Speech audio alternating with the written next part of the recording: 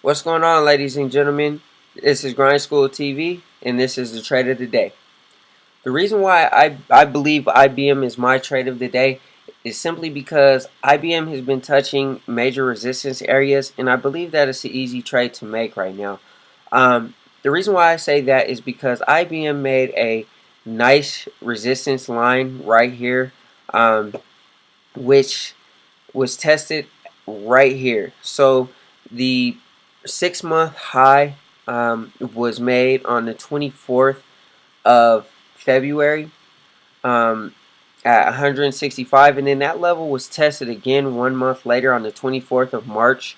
And then after that, IBM started to consolidate right here in this area. I actually entered the trade on the 15th of April because I thought that the next day the resistance level was going to be broken, because the day on April 15th it actually touched the resistance line. So I actually entered the trade a little bit early, and I thought that it was going to break up past that point, which it actually didn't, and immediately it turned against me. But it did make this nice support level because it made uh, lower or higher lows, and it didn't break down past the support level. So I knew that IBM was going to eventually go higher.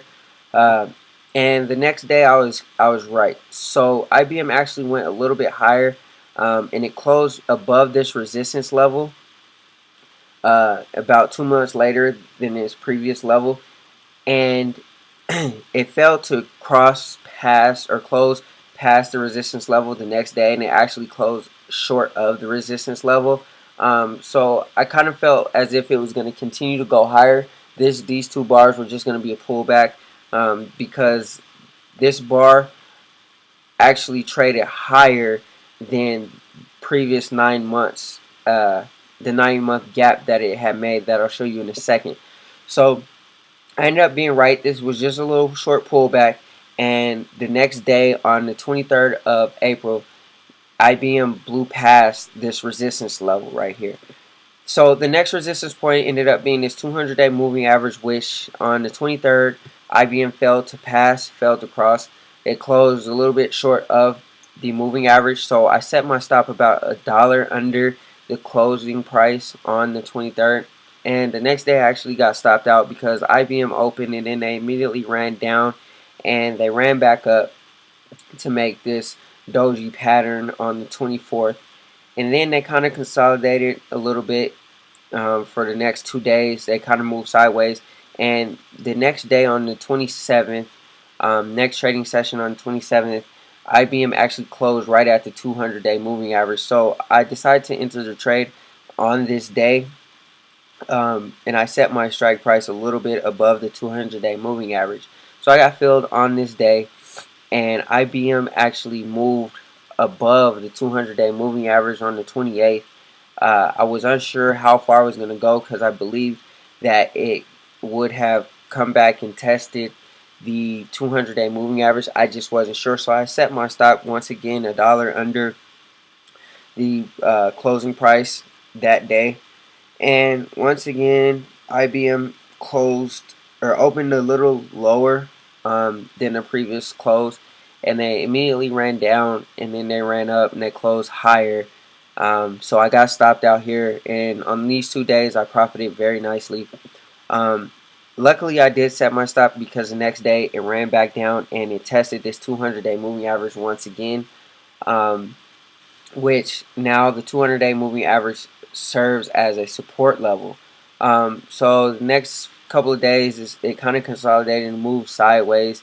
It did run up and create a new high at $176, and then it ran back down to test the 200-day moving average, and it failed to test or break the 200-day moving average on the 6th of May.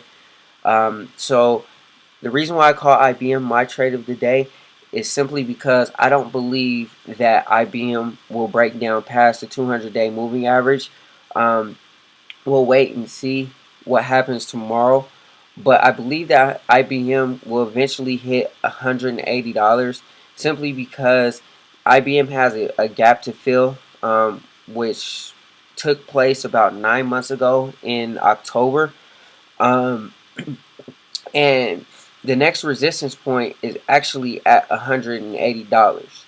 IBM has already blasted past the prior high, prior 9 month high in this area right here, and now the next point that it has to go to is $180. So I will show you guys that right now.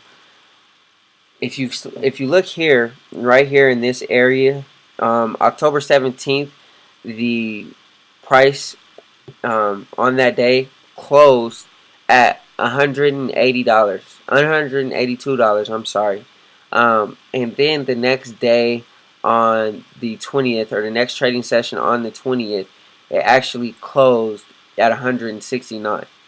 So I believe that IBM will eventually hit this resistance level, or go up to this resistance level and test this resistance level, because it's already on its way to closing this gap.